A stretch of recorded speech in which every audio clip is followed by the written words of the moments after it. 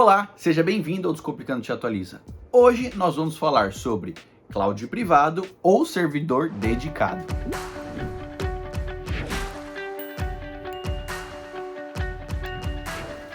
Bom, pessoal, a gente separou uma matéria aqui da Technology. É um site bem legal, vou deixar aqui na descrição. Se você quiser ficar por dentro das atualizações sobre o mundo da tecnologia, esse é um ótimo site. Bom, nós temos dois modos de fazer virtualização, mais ou menos, nos dias de hoje. É a parte do cloud privado e também do servidor dedicado. O cloud privado, a gente tem alguns serviços mais conhecidos. A da Google, a da Amazon, que é o AWS, ou da Microsoft, que é o Azure. Entre os três, o mais utilizado é o da Azure, devido à integração entre a Microsoft e o Azure, que você pode fazer integração em muita coisa. Então, a maioria das pessoas vem isso e utilizam isso. Esses servidores em nuvem são para banco de dados, para desenvolvimento, servidores, máquinas normais e tudo o resto. E depois a gente tem a parte de servidor dedicado, sobre virtualização. Eu vou deixar aqui marcado uma playlist sobre virtualização, onde a gente explica como funciona a parte de virtualização, hypervisor. Isso é muito importante para você, beleza? Bom, eu não vou enrolar muito mais você. Antes da gente ir lá para o PC para ler essa matéria e explicar essas diferenças, o que você pode usar e quando usar, eu vou pedir para você já inscrever-se no canal, deixar aqui o seu like, beleza? E é claro, compartilhar com os amigos depois, beleza? Então, bora pro PC e é claro, bora descomplicar. E aí, pessoal, essa matéria é da Technology. Eu deixei essa matéria completa aqui na descrição do vídeo. Ela é em inglês, mas eu consegui, através do Google Chrome, né? Você consegue traduzir, e eu traduzi para ficar com um melhor entendimento, porque tem muitos termos técnicos aqui que nem eu entendo muito inglês. Então, para ficar de uma forma mais lúcida e claro para vocês, eu fiz a tradução aqui e fica mais fácil, beleza? Então, o título é o seguinte, né? Nuvem privada ou servidor dedicado? Como eu expliquei no começo, né? A nuvem privada é o cloud computer, né? São serviços nas nuvens, e o servidor dedicado. E ele fala, o que é melhor para você?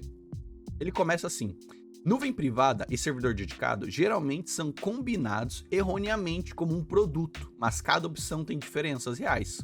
Qual é o certo para o seu negócio? Realmente, as pessoas acham que é a mesma coisa, põe no mesmo balaio, mas não é. Eles, no final das contas, você tem a parte de virtualização, mas são serviços com produtos diferentes, entendeu? Aí ele continua. Nuvem privada e servidores dedicados são muitas vezes combinados erroneamente, como um produto, principalmente porque ambos oferecem um ambiente de servidor completo em um nível, que é o que eu falei para vocês, a parte de virtualizações e outros serviços. Para o administrador de servidor médio, as diferenças são quase imperceptíveis. Para as operações de dia a dia, ambos podem executar o mesmo software, utilizar as mesmas ferramentas.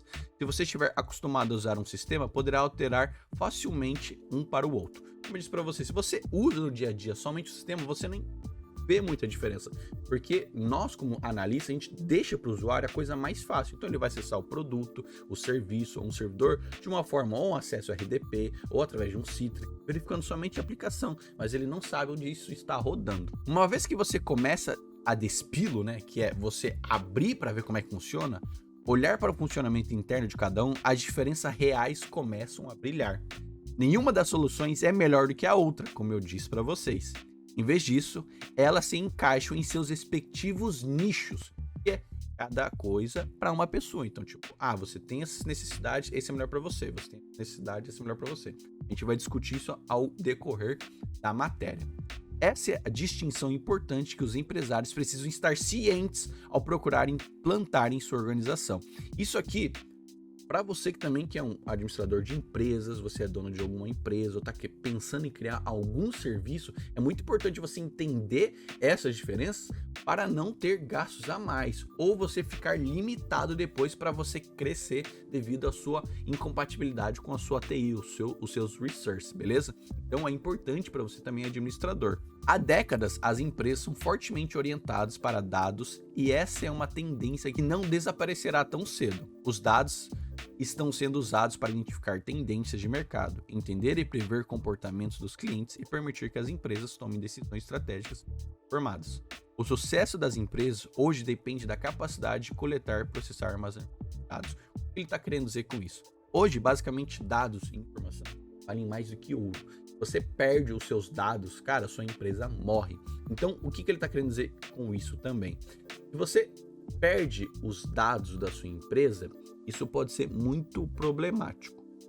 Então você tem que saber onde colocá-los e como administrá-los para não perder isso. Isso vale tanto para você como administrador de empresas, tanto para você que quer trabalhar com o público, quer vender um produto. Você tem que saber onde captar também essas informações. Ele tá dando essa ressalva muito importante. Dados hoje em dia são tudo. Logo, né, você não fica salvando, escrevendo as informações dos seus clientes num caderno, mas sim tudo online. Dada a importância crítica dos dados para os negócios, as empresas precisam garantir que seus dados estejam seguros, permanecendo acessíveis às equipes que precisam deles, para não desacelerar as operações.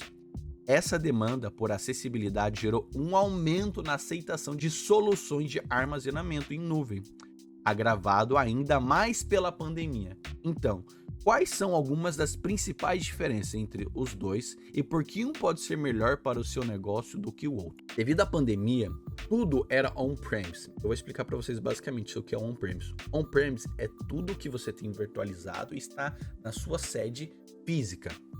Por exemplo, se você tem a parte de virtualização, uma SX na sua empresa ou um vCenter, o que acontece? Você tem lá o servidor físico, onde você virtualizou as coisas dentro desses servidores, ok? Então se acontece alguma coisa, muitas vezes você tem que fisicamente fazer ou um upgrade, ou uma atualização, ou mudar algum equipamento, alguma peça que estragou, fazer uma reinicialização se algum administrador de hardware não tiver acoplado, vamos supor, uma Hydrac, ou algum da Lenovo, não lembro os outros nomes, ou tipo uma ILO também. É isso que ele está querendo dizer. Com a necessidade disso, muitas empresas migraram do on-premise para o cloud computer, que é as coisas na nuvem, porque você não precisa fisicamente lá fazer manutenção, atualização de hardware, e quem vai fazer isso é a prestadora de serviço, pode ser a Microsoft, pode ser o Google, pode ser a Amazon, é isso que ele está querendo dizer. Então, essa demanda aumentou muito, porque como as empresas não poderiam ir mais fisicamente lá, porque a gente estava em lockdown, cara, se o servidor caiu, o que acontece? Você não pode ir lá na empresa reinicializar, ou se você está em outro lugar, se você está longe. Então, essas são as necessidades. Se escalar, você pode crescer. Eu vou explicar, antes dele falar sobre a gente começar aqui, eu vou explicar um pouquinho sobre o que é escalar. Você pode pensar, escalar, você pensa na montanha, não é. O que ele está querendo dizer aqui? Se você tem uma companhia que tem alta probabilidade de escalonamento, de crescimento, ou você não precisa também escalonar, você tem que saber onde você vai colocar os seus servidores. Entendeu? Porque se você é uma empresa que você precisa de muito espaço em disco, vamos por aí, eu sempre vou precisar de mais informações para colocar mais nos meus servidores. Então, às vezes, você pode ficar limitado no seu hardware. Então, às vezes, você pode cloud computer. Ou você não precisa de muitas informações, então você não precisa de cloud computer. Então, é mais ou menos isso que ele vai falar aqui. Um dos principais fatores que diferenciam a nuvem privada e os servidores dedicados é escalabilidade. Nuvem privada, cloud. Servidores dedicados, on-premise, SX, vCenter, como eu falei para vocês. A nuvem privada utiliza um sistema virtualizado, permitindo que cresça junto com o negócio para entender as necessidades do negócio. Isso significa que o que pode começar como um investimento modesto pode aumentar gradualmente à medida que a organização requer mais armazenamento e maior funcionalidade. O benefício da nuvem privada é que sua empresa não é responsável pela manutenção direta da infraestrutura. Veja mais como um aluguel, onde o provedor da nuvem está lidando com os partes complicados para você. Então, o que ele está querendo dizer isso aqui para você? Quando você está colocando as coisas na nuvem, você não compra um servidor lá, eu comprei esse servidor, sei lá, por $100. Não, você aluga ele, entende? Você paga mensalmente o consumo que ele faz. Então, eu vou te dar um exemplo. Na Azure, se você, vamos supor, a empresa funciona de segunda a sexta, se você usa o servidor só de segunda a sexta e desliga ele, você vai pagar menos. Se você usa alguns hardwares, ou se você usa um SLA, que é o tempo, né, que eles têm para resolver o problema de uma forma resumida, se você tem um SLA alto, baixo, você paga mais barato ou não, entende? Então, fora os valores mensais que você sempre vai ter que pagar, obviamente, se você faz um valor anual, você paga mais barato, mas você também não tem que se preocupar com atualização, não tem que se preocupar com upgrade. Se você quer atualizar e escalonar você não fica preso a hardware, você só paga mais para eles lá e eles escalonam isso para você. Então, eu vejo isso muito mais se a sua empresa, cara, precisa de muita informação. Se você precisa de muitos dados novos, se você precisa, cara, eu trabalho, vamos supor, o meu nicho é voltado a pessoas. Será que eu preciso de muito gasto com TI? Será que eu não posso comprar um servidor dedicado, colocar ele ali privado e ficar tendo a manutenção? Entende? Então você tem que fazer esses parâmetros. No tópico de escalabilidade, os servidores dedicados são um pouco diferentes, que são aqueles on-premise. Eles oferecem a mesma funcionalidade que a nuvem privada.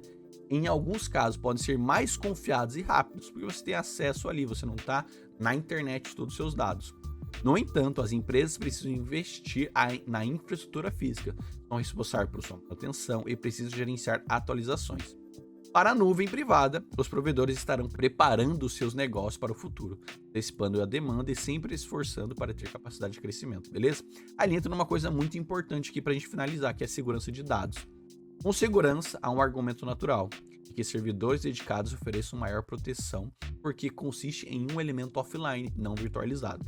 Isso é verdade. Então, vamos supor, se a Azure ela tem um buraco lá no acesso da infraestrutura deles, cara, eles podem ter acesso do servidor, entende? Você tem um grande risco. Então, às vezes, você tem uma boa infraestrutura, às vezes eu confio mais no que eu estou fazendo do que eles. Então, vai muito da sua experiência, quando você tem dinheiro, quem vai administrar isso.